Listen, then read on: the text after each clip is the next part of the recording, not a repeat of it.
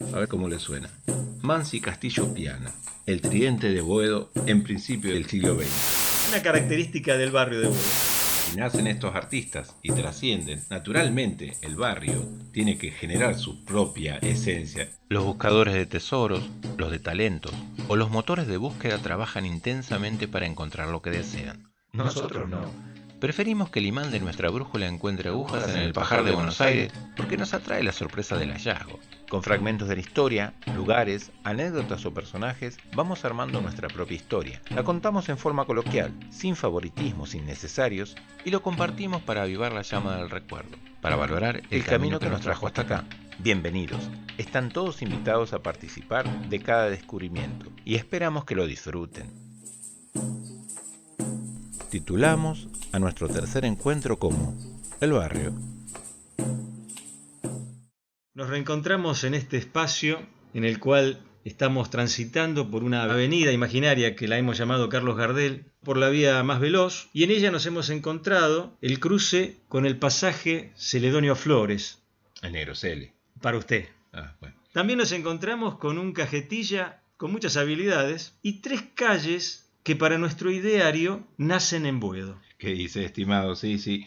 Bueno, curiosamente, el barrio toma el nombre de la calle.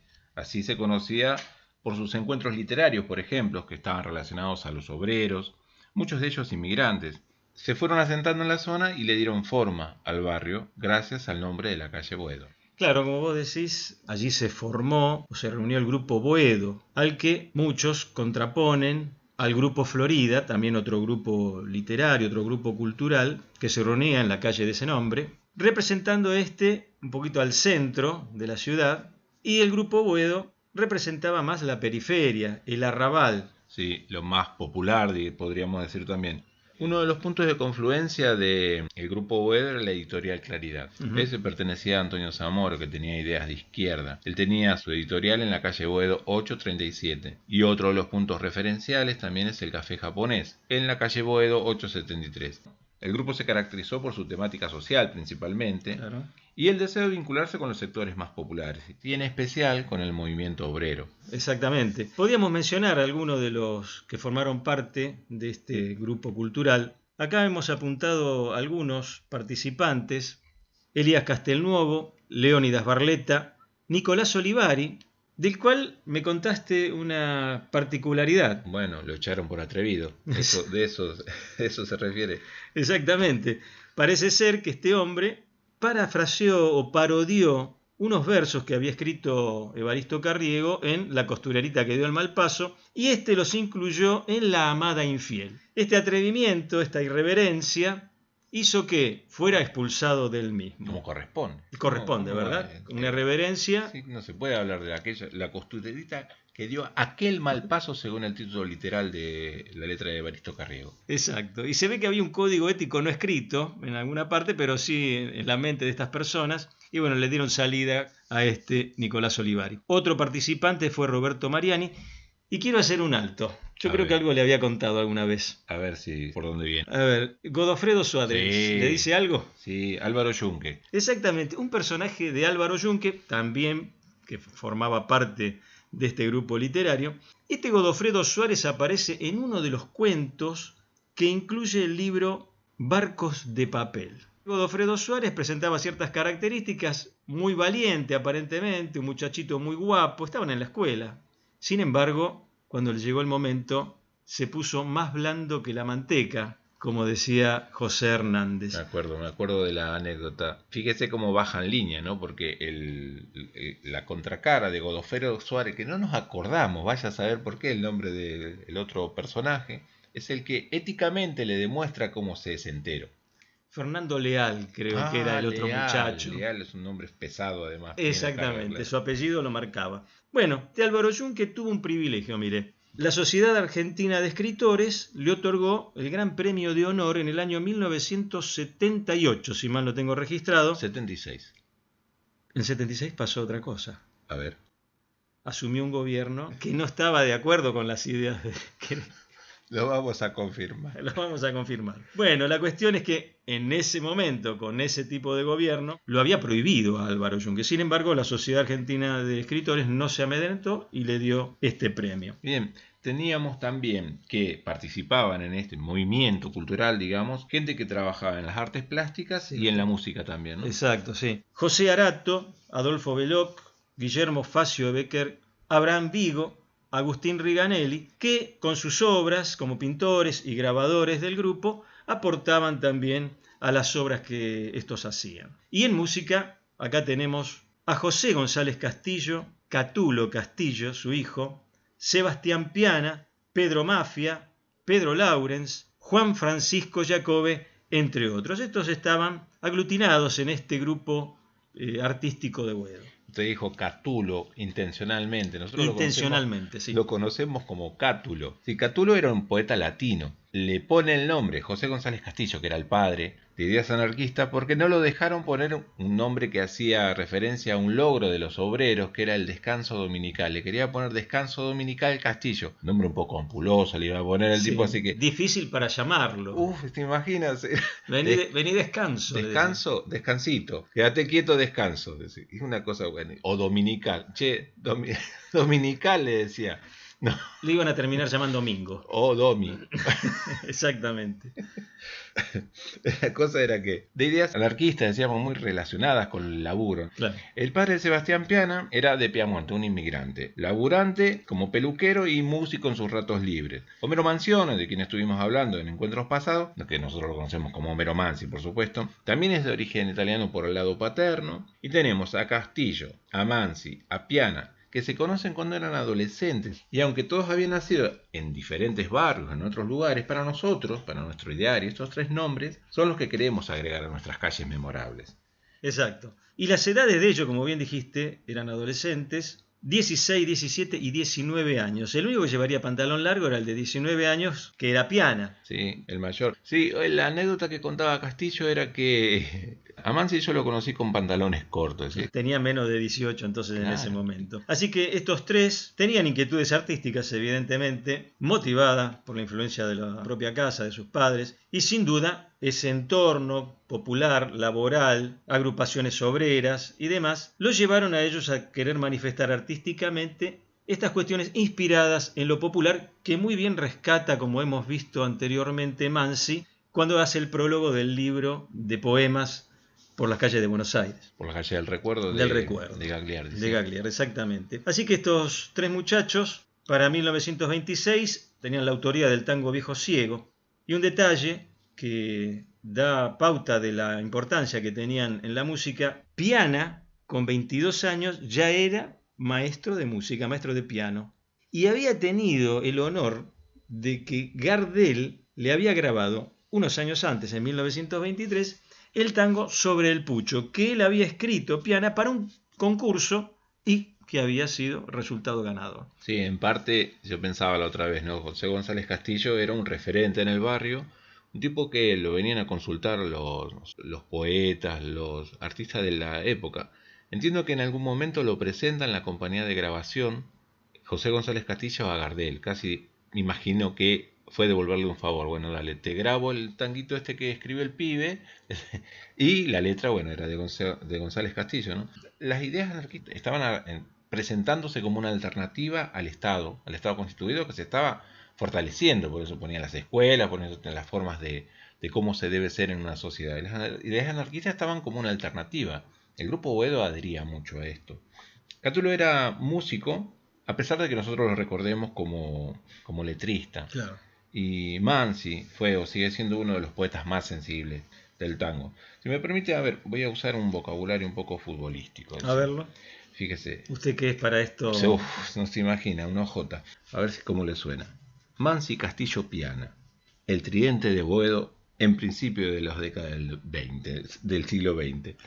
Exacto, sí, sería como una delantera casi, ¿no? Bueno. Lo mandamos a los tres al frente, de estos que no te fallan. Y hablando de términos futbolísticos y haciendo referencia un poquito a Manzi, Homero Manzi y la esquina de San Juan y Boedo, es una característica del barrio de Boedo. Sin embargo, Manzi era hincha o simpatizante, diríamos, del histórico rival de Patricios, ¿verdad? Huracán. Así que en esta rivalidad entre uno y otro surge este lugarcito en común, digamos, que pueden llegar a tener ambas instituciones.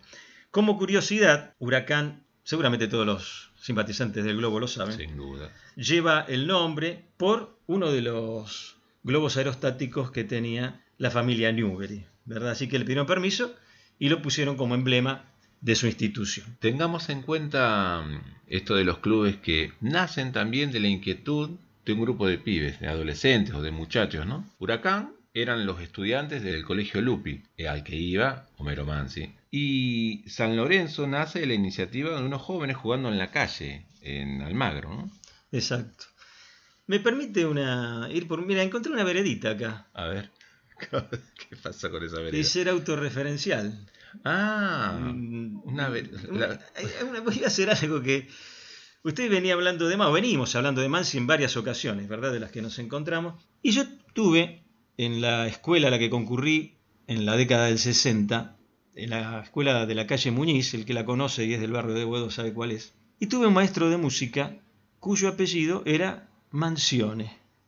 Después con la consulta correspondiente, en este caso a mi padre, era pariente de Homero Mansi, bien, músico entonces este hombre, que según recuerdo yo era Alberto, y la sorpresa nuestra, de sus alumnos en aquel entonces, era que los domingos había un programa de tango al mediodía, creo que era, y me parece que en el viejo Canal 11, vemos a nuestro maestro participando en una de las orquestas que tocaban allí. Vale decir que en esa semana siguiente, imagínense la primera vez que lo vimos, nos fuimos todos de cabeza a preguntarle si era él. Bueno, evidentemente sí era él, pero con un gesto muy humilde, muy sencillo, nos aplacó los ánimos que teníamos, diciendo que sí, que era él, pero que no le diéramos mayor trascendencia, o sea, mostraba un poquito así su humildad. Y otra cuestión, si me permite, ya que encontré esta vereda, voy una vereda un poquito más allá. Arrímese un poco más a la sombra. Exacto, sí, exactamente. Con respecto a la música y la formación de letras,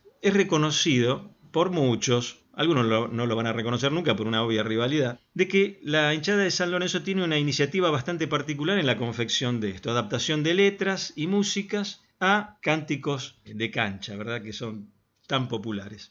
Por ahí he escuchado que algunos sostienen que esta creatividad, si la podemos llamar de alguna forma, nace porque el club tuvo que mudar sus instalaciones deportivas a un barrio cercano y que por eso, como para no perder la pertenencia, tienen esta creatividad. Y yo no estoy de acuerdo.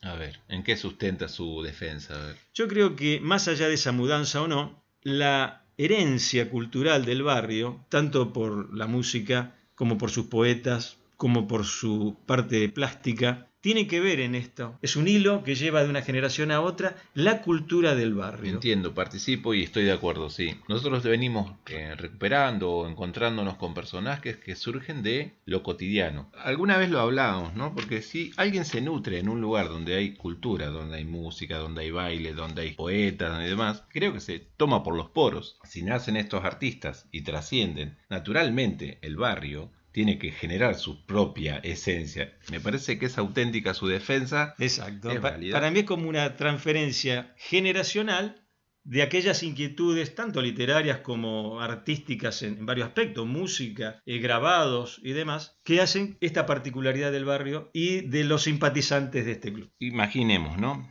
De cada una de las veredas, de cada una de esas puertas, de la cotidianidad, de lo diario, embuido en esta especie de caldo que genera una cultura popular, nacen nuestros personajes, de ahí los venimos tomando. Con estas charlas que veníamos teniendo, nos damos cuenta que surgen muchas expresiones populares, como por ejemplo el lunfardo, que se arraiga en lo popular, se incorpora a la cotidianeidad y surge desde las calles, desde esta mezcla, de esta fusión. Tenemos la murga, otro de los elementos que también se manifiesta, los grafitis o pintadas en las paredes, que surgen como algo no aceptado por las instituciones en principio seguro, y algunas veces por la sociedad misma. Cualquier pintada es un atrevimiento a la propiedad privada, sin embargo ahí está para que algunos la disfrutemos. Hay un grupo, el grupo artístico Boedo, muy relacionado al club del cual viene hablando, que trabaja con murales arraigados en lo popular tomando la esencia del barrio, se podría contar. Su historia. La historia del barrio, bien. Y conecta con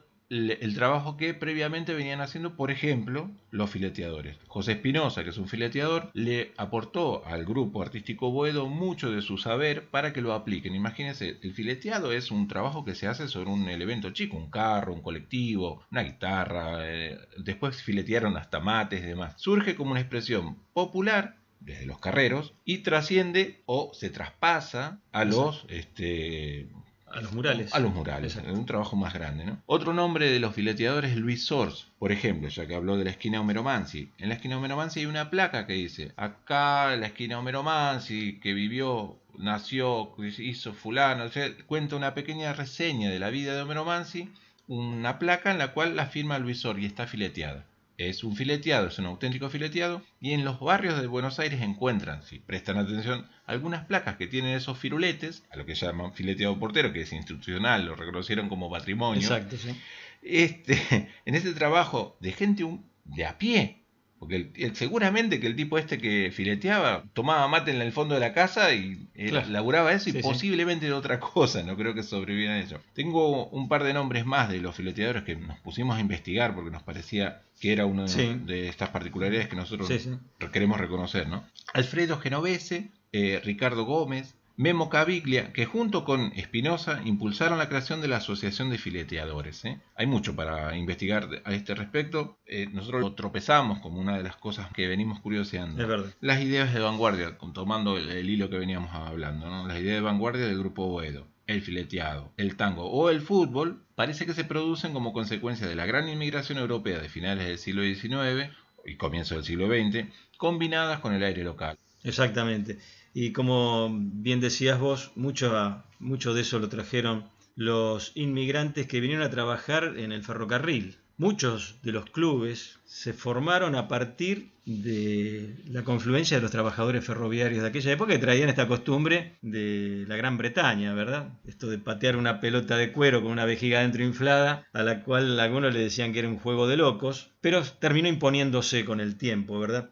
En 1867 dice una placa, un monolito cerca del planetario que ocurrió el primer partido de fútbol en la Argentina. Así está documentado, a pesar de que algunos historiadores lo discuten, dicen que fue en el 65. Sí, coinciden que fue en el mismo lugar, en los bosques de Palermo. Así que alrededor de ese año, primer partidito de fútbol. Y si, como dato adicional, ¿cómo saber si un club es originario de un ferrocarril? Por ejemplo, bueno, si aparece la palabra central, es seguro que eso tuvieron origen ferroviario.